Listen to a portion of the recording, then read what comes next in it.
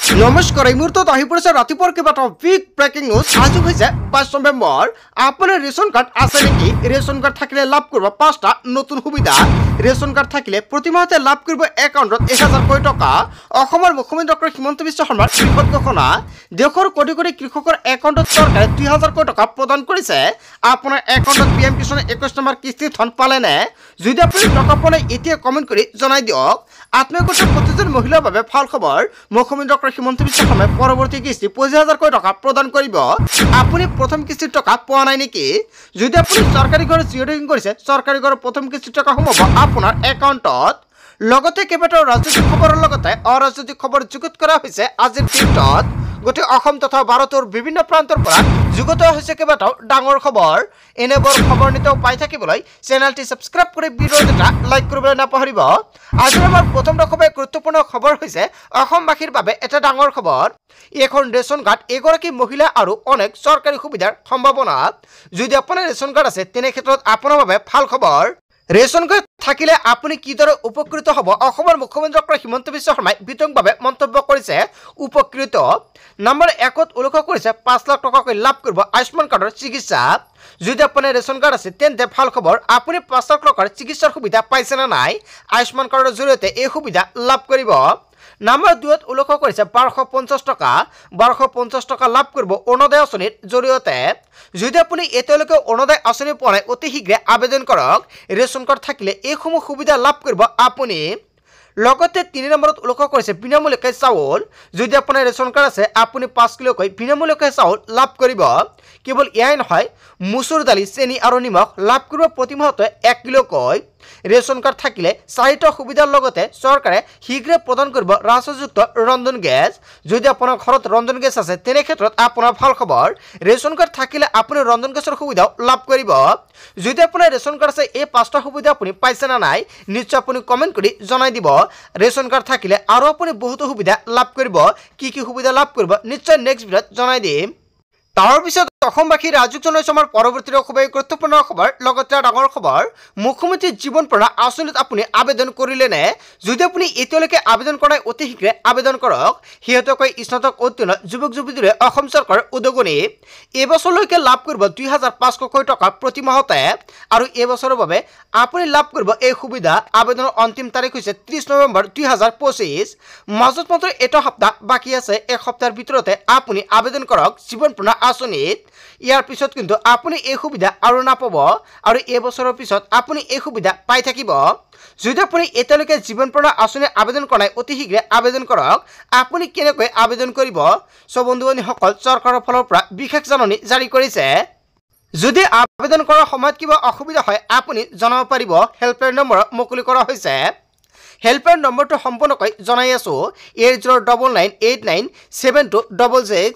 লগতে আপুনি মেইল কৰিও জনাব পাৰিব আপুনি কেনেকুৱাকৈ আবেদন কৰিব। আবেদন কৰাৰ বাবে তলত দেখা পাইছে এটা ৱেবছাইট দিয়া আছে dids.assam.gov.in। পোৰ্টেলৰ জৰিয়তে আপুনি কৰিব পাৰিব অনলাইনৰ জৰিয়তে আবেদন। যদি আবেদন কৰাৰ সময়ত কিবা অসুবিধা হয় নিশ্চয় আপুনি কমেণ্ট কৰি জনাই দিব। নেক্সট ভিডিঅ'ত সম্পূৰ্ণকৈ সহায় কৰা হ'ব। তাৰপিছত অসমবাসী ৰাজুক জনাইছো আমাৰ পৰৱৰ্তী খুবেই গুৰুত্বপূৰ্ণ খবৰ। লগতে ডাঙৰ খবৰ, অসমৰ মুখ্যমন্ত্ৰী ডক্টৰ হিমন্ত বিশ্ব শৰ্মাই বৃহৎ ঘোষণা কৰিছে। বিহু আৰু পূজাত এতিয়া আপুনি লাভ কৰিব বেছিকৈ অৰুণোদয় আঁচনি। যদি আপোনাৰ অৰুণোদয় আঁচনিত নাম অন্তৰ্ভুক্ত হৈ আছে তেন্তে আপোনাৰ বাবে ভাল খবৰ। বিহু আৰু পূজাত বেছিকৈ দিয়া হ'ব অৰুণোদয় আঁচনিত ধনৰাশি। যাতে সন্তানক কাপোৰ কিনি দিব পাৰে তাৰ বাবে এই সিদ্ধান্ত গ্ৰহণ কৰিছে মুখ্যমন্ত্ৰী ডক্টৰ হিমন্ত বিশ্ব শৰ্মাই। অৰুণোদয় আঁচনিৰ তালিকাত নাম থাকিলে আপোনাৰ বাবে ভাল খবৰ। যদি আপুনি ভাবিছে নতুনকৈ অৰুণোদয় আঁচনিত নাম অন্তৰ্ভুক্ত কৰিব পাৰিব নিশ্চয় কৰিব পাৰিব। ইয়াৰ বাবে পঞ্চায়তত গৈ আপুনি যোগাযোগ কৰিব লাগিব।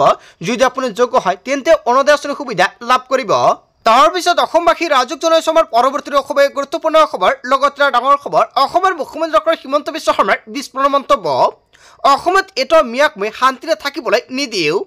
মই থকালৈকে মিয়া অসমত শান্তিৰে থাকিব নোৱাৰিব। মিয়া শান্তিত থাকিব নোৱাৰে। সন্দেহজনক মিয়াক লৈ অসমৰ মুখ্যমন্ত্ৰী ডক্টৰ হিমন্ত বিশ্ব শৰ্মাই কেইবাটাও মন্তব্য কৰিছে। সন্দেহজনক মিয়াক কষ্ট দিয়া মোৰ কাম। মিয়াই কষ্ট পাই থাকিব, ইয়াৰ বাদে অন্য ৰাস্তা নাই। গোৱালপাৰাৰ পাছতে 2 এদিনতে নগদ উচ্ছেদ চলিব। যিমানে বেছি কথা ক'ব সিমানে উচ্ছেদ চলিব। আমাৰ বিৰুদ্ধে নকৰে শান্তিত থাকিলে বেলেগ কথা। সন্দেহযুক্ত মিয়াৰ শান্তি নাই মই মুখ্যমন্ত্ৰী থকালৈকে। মোৰ ঘৰত আহিলে শান্তি নাই এনেকুৱাকৈ মুখ্যমন্ত্ৰী ডক্টৰ হিমন্ত বিশ্ব শৰ্মাই মন্তব্য কৰিছে। জুবেন ক্ষেত্ৰলৈ গ'লেও শান্তি নাই মিয়াসকলৰ। গৌৰৱ গগৈ ৰকিবুল হুছেইনৰ মিটিংলৈ গ'লেও শান্তি নাই। মিয়াই শান্তি পাবলৈ হ'লে মোক মুখ্যমন্ত্ৰীৰ পৰা আঁতৰাব লাগিব। সন্ধিযুক্ত মিয়াক লৈ মোৰ এয়া বাণী বুলি মন্তব্য কৰিছে। পুনৰ মিয়াক লৈ সৰব হৈ পৰিছে অসমৰ মুখ্যমন্ত্ৰী ডক্টৰ হিমন্ত বিশ্ব শৰ্মাই। এজন মুখ্যমন্ত্ৰীৰ মুখত এনেকুৱাকৈ কথা ক'ব পায়নে নাই, জনতাই কি ক'ব? যদি জনতাৰ কিবা মন্তব্য কৰিব লগা থাকে আপোনালোকৰ মন্তব্যটো নিশ্চয় কমেণ্ট কৰি জনাই দিব। তাৰপিছত অসমবাসী ৰাজুক জনাইছে আমাৰ পৰৱৰ্তী অসমৰ গুৰুত্বপূৰ্ণ খবৰ, লগতে ডাঙৰ খবৰ। পুনৰ নিৰ্মাণ কৰা হ'ব বাবৰি মছজিদ। এটা বিগ ব্ৰেকিং নিউজ আহি পৰিছে। 6 ডিচেম্বৰত বাবৰি মছজিদৰ আধাৰশিলা স্থাপন কৰা হ'ব। পশ্চিমবংগৰ মুৰ্ছিদাবাদত বাবৰি মছজিদ নিৰ্মাণৰ ঘোষণা। সকলোৱে অনুদানেৰে বাবৰি মছজিদ পুনৰ নিৰ্মাণৰ ঘোষণা কৰা হৈছে। টিএমচিৰ বিধায়ক হুমায়ুনে কৰিব আনুষ্ঠানিকভাৱে কৰিলে এই ঘোষণা। 1992 চনৰ 6 ডিচেম্বৰত ধ্বংস কৰা হৈছিল বাবৰি মছজিদ। সেইদিনে বাবৰি মছজিদৰ আধাৰশিলা স্থাপনৰ ঘোষণা। টিএমচিৰ বিধায়কৰ মন্তব্যৰ পাছত দেশজুৰি ব্যাপক প্ৰতিক্ৰিয়াৰ সৃষ্টি হৈছে। পুনৰ নিৰ্মাণ কৰা হ'ব বাবৰি মছজিদ। ইয়াৰ বিষয়ে জনতাই কি ক'ব? যদি জনতাৰ কিবা মন্তব্য কৰিব লগা থাকে আপোনালোকৰ মন্তব্যটো নিশ্চয় কমেণ্ট কৰি জনাই দিব। তাৰপিছত অসমবাসী ৰাজুক জনাইছে আমাৰ পৰৱৰ্তী অসমৰ গুৰুত্বপূৰ্ণ খবৰ, লগতে ডাঙৰ খবৰ। অসমৰ মুখ্যমন্ত্ৰী ডক্টৰ হিমন্ত বিশ্ব শৰ্মাক মিয়াৰ বুটে খেদি ফুৰিছে। হিমন্ত বিশ্ব শৰ্মাই মিয়াক টাৰ্গেট কৰি লৈছে। ইয়া হৈছে হিটলাৰী শাসনৰ চৰিত্ৰ। মিয়াক কেতিয়াও নিষেধ কৰিব নোৱাৰে মুখ্যমন্ত্ৰী ডক্টৰ হিমন্ত বিশ্ব শৰ্মাই। মিয়া আছিল, আছে আৰু সদায় থাকিব। মুখ্যমন্ত্ৰীয়ে নিজৰ আসনৰ গৰিমা মৰ্যাদা লাঘৱ কৰিছে। মুখ্যমন্ত্ৰী হৈ থকাৰ যোগ্যতা আৰু নাই হিমন্ত বিশ্ব শৰ্মাৰ। মিয়াক কিমান আৰু তুচ্ছ তাচ্ছিল্য কৰিব মুখ্যমন্ত্ৰী ডক্টৰ হিমন্ত বিশ্ব শৰ্মাই। মিয়াৰ পিছত লাগি থকালৈকে জুবেন গাৰ্গক ন্যায় দিয়ক মুখ্যমন্ত্ৰী ডক্টৰ হিমন্ত বিশ্ব শৰ্মাই। অসমীয়া সমাজ ব্যৱস্থাৰ পৰা মিয়াক কেতিয়াও এগৰীয়া কৰিব নোৱাৰে। মিয়াক দিয়া সাংবিধানিক অধিকাৰ মুখ্যমন্ত্ৰীয়ে কাঢ়ি ল'ব নোৱাৰে। জুবেন গাৰ্গে হিন্দু মুছলমান সকলোকে এক কৰি থৈ গ'ল। মন্তব্য কৰিছে আমছুৰ মুখ্য উপদেষ্টা আইনুদ্দিন আহমেদে। হয় বন্ধু-বান্ধৱীসকল, আইনুদ্দিন আহমেদে যিকেইটা মন্তব্য কৰিছে আপুনি কি ক'ব? যদি আপোনাৰ কিবা মন্তব্য কৰিব লগা থাকে আপোনালোকৰ মন্তব্যটো নিশ্চয় কমেণ্ট কৰি জনাই দিব। তাৰপিছত অসমবাসী ৰাজুক জনাইছে আমাৰ পৰৱৰ্তী অসমৰ গুৰুত্বপূৰ্ণ খবৰ, লগতে ডাঙৰ খবৰ। 2026 নিৰ্বাচনত বিজেপি আহিলে অসমীয়া জাতিৰ মৃত্যু হ'ব। বিজেপিৰ দিনত অসমীয়া মুঠতে সুৰক্ষা নহয়। মিয়াৰ কথা কৈ জাতিটো পংগু কৰাৰ চেষ্টা চলাইছে। মিয়া নৱপ্ৰজন্মৰ আই মাতৃসকল ওলাই আহক, সাহস কৰক জাতিৰ পক্ষে মাত মাতিবলৈ। অসমত ভয়ংকৰ ষড়যন্ত্ৰ চলি আছে। হিন্দুত্বৰ নামত অসমীয়াক পংগু কৰাৰ চেষ্টা। অসমীয়া জাতিক সুৰক্ষা কৰাৰ ক্ষেত্ৰত কি পদক্ষেপ লৈছে বিজেপিয়ে? বিজেপিৰ শাসনত ট্ৰাইবেল বেল্ট ব্লকৰ মাটিও সুৰক্ষিত নহয়। সংখ্যালঘু অত্যাধিক অঞ্চলত যাব নোৱাৰা পৰিৱেশৰ বাবে দায়ী এনেকুৱাকৈ মন্তব্য কৰিছে এজেপিৰ কাৰ্যকৰী সভাপতি তথা প্ৰাক্তন সাংসদ ৰাজন গোহাঁইৰ মন্তব্য। 2026 নিৰ্বাচনত বিজেপি আহিলে অসমীয়া জাতিৰ মৃত্যু হ'ব। হয় বন্ধু-বান্ধৱীসকল, ৰাজন গোহাঁই যিকেইটা মন্তব্য কৰিছে আপুনি কি ক'ব? তাৰপিছত অসমবাসী ৰাজুক জনাইছে আমাৰ পৰৱৰ্তী অসমৰ গুৰুত্বপূৰ্ণ খবৰ, লগতে ডাঙৰ খবৰ। মিয়াসকলক কষ্ট দিয়ে মুখ্যমন্ত্ৰী ডক্টৰ হিমন্ত বিশ্ব শৰ্মাৰ কাম। মিয়াক শান্তিত থাকিব নিদিয়ে বিজেপি চৰকাৰে। মিয়াক উচ্ছেদ কৰিবই মিয়াক টাৰ্গেট কৰি লৈছে মুখ্যমন্ত্ৰী ডক্টৰ হিমন্ত বিশ্ব শৰ্মাই। মুখ্যমন্ত্ৰীয়ে লাঘৱ কৰিছে নিজৰ পদমৰ্যাদা। মুখ্যমন্ত্ৰী এনে কৰ্ম আৰু কামে শোভা নাপায়। মুখ্যমন্ত্ৰী মিয়াৰো হয়, অনা মিয়াৰো হয়। মুখ্যমন্ত্ৰীৰ মতে মিয়া মানুহ নহয় নেকি? তেন্তে অসমৰ সমূহ মিয়া আৰু মুছলমানক নিক্ষেপ কৰি দিলে হ'ল। যদি সঁচাই ফেক একাউণ্ট খুলিছে তেওঁলোকক কিয় গ্ৰেপ্তাৰ কৰা নাই মুখ্যমন্ত্ৰীগৰাকী? মুখ্যমন্ত্ৰীৰ মন্তব্যক লৈ নেমচুৰ সভাপতি বদৰুল ইছলামৰ প্ৰতিক্ৰিয়া। মিয়াসকলক কষ্ট দিয়া মুখ্যমন্ত্ৰী ডক্টৰ হিমন্ত বিশ্ব শৰ্মাৰ কাম বুলি মন্তব্য কৰিছে অসমৰ মুখ্যমন্ত্ৰী ডক্টৰ হিমন্ত বিশ্ব শৰ্মাই। এনেকুৱাকৈ এটাৰ পিছত আন এটা বিস্ফোৰণ মন্তব্য কৰি গৈ আছে আৰু ইয়াক লৈ কেইবাটাও ডাঙৰ মন্তব্য কৰিছে নেমচুৰ সভাপতি বদৰুল ইছলামে।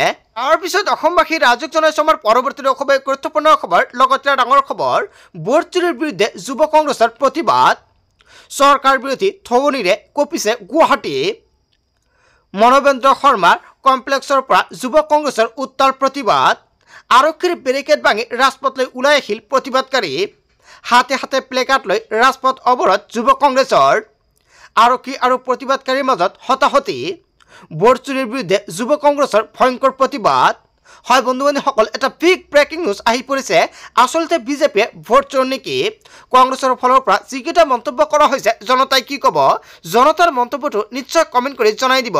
তাৰ পিছত অসমবাসী ৰাজ্যক জনাইছো আমাৰ পৰৱৰ্তী খুবেই গুৰুত্বপূৰ্ণ খবৰ। লগতে ডাঙৰ খবৰ, ফেব্ৰুৱাৰীৰ শেষত ৰাজ্যত ঘোষণা হ'ব বিধানসভা নিৰ্বাচনৰ দিন। তাৰ পূৰ্বে হ'ব SR। হয় বন্ধু বান্ধৱীসকল, এটা বিগ ব্ৰেকিং নিউজ আহি পৰিছে। আজিৰ পৰা সাজু কৰক এইকেইখন নথিপত্ৰ। আজিৰ পৰা আৰম্ভ হৈছে SR প্ৰক্ৰিয়া। মুখ্যমন্ত্ৰী ডক্টৰ হিমন্ত বিশ্ব শৰ্মাৰ নিৰ্দেশনাৰ পিছতে বিগ ব্ৰেকিং নিউজ আহি পৰিছে। বিয়োগ ব্যক্তিৰ নাম কৰ্তন হ'ব ভোটাৰ তালিকাৰ পৰা। কেনেকৈ এন্ট্ৰি হ'ব নতুন ভোটাৰৰ নাম, কি কি নথিপত্ৰ লাগিব? 1500 পৰা 1200লৈকে হ্ৰাস কৰা হ'ব প্ৰতিটো কেন্দ্ৰৰ ভোটাৰৰ সংখ্যা। ৰাজ্যত বৃদ্ধি হ'ব 1826টা ভোট কেন্দ্ৰ। ভোটাৰ তালিকাৰ পৰা কৰ্তন হ'ব মৃত্যু হোৱা লোকৰ নাম। ঠিকনা সলনি হোৱা লোকৰ নাম নিৰ্দিষ্ট এটা স্থানত হ'ব অন্তৰ্ভুক্ত। 22 নৱেম্বৰৰ পৰা আৰম্ভ হ'ব SR। আজিৰ পৰা অসমত আৰম্ভ হৈছে SR প্ৰক্ৰিয়া। 22 নৱেম্বৰৰ পৰা 20 ডিচেম্বৰলৈকে ঘৰে ঘৰে বুথ লেভেল অফিচাৰ যাব আৰু ঘৰে ঘৰে গৈ কৰি ল'ব SR প্ৰক্ৰিয়া। তেওঁলোকৰ হাতত আপোনালোকে দিব লাগিব সকলো তথ্য।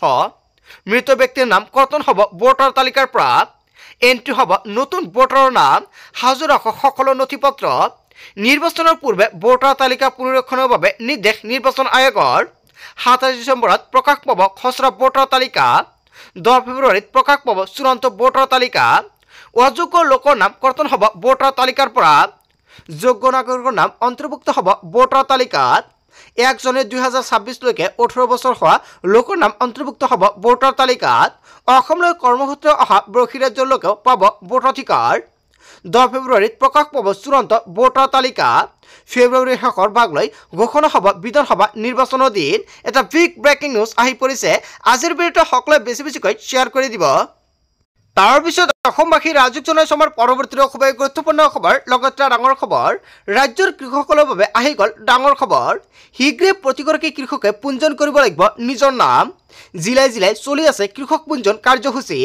সকলো বিত্ত নিৰ্বিশেষে কৃষকসকলে পঞ্জীয়ন কৰাটো বাঞ্ছনীয়। পঞ্জীয়নৰ বাবে নিজ নিজ গাঁও প্ৰধানৰ সৈতে যোগাযোগ কৰক। জিলা সাধাৰণ সেৱা কেন্দ্ৰ CSC সমূহত আপুনি পঞ্জীয়ন কৰিব পাৰিব, কিয়নো CSC চেণ্টাৰত পঞ্জীয়ন প্ৰক্ৰিয়া আৰম্ভ হৈছে। কৃষক পঞ্জীয়নৰ বাবে প্ৰয়োজন হ'ব 4বিধ নথিপত্ৰ: আধাৰ কাৰ্ড, পান কাৰ্ড, আধাৰ পঞ্জীকৃত মোবাইল নম্বৰ আৰু মাটিৰ জমাবন্দী। এই 4বিধ নথিৰ সৈতে আপুনি পঞ্জীয়ন কৰিব পাৰিব নিজৰ নাম। কৃষক পঞ্জীয়ন হোৱাৰ পিছতে লাভ কৰিব চৰকাৰৰ বহু সুবিধা। আন আন জিলাসমূহৰ লগতে যোৰহাট জিলা কৃষি বিষয়ে জাৰি কৰিছে জাননী। ৰাজ্যৰ কৃষকসকলৰ বাবে আহি গ'ল ডাঙৰ খবৰ। বন্ধু বান্ধৱীসকল, গোটেই অসম তথা ভাৰতৰ বিভিন্ন প্ৰান্তৰ পৰা যুগুত হৈছে কেইবাটাও ডাঙৰ খবৰ। এনেবোৰ খবৰ নিতৌ পাই থাকিবলৈ চেনেলটি ছাবস্ক্ৰাইব কৰি ভিডিঅ'ত এটা লাইক কৰিবলৈ নাপাহৰিব। So thank you for watching full video.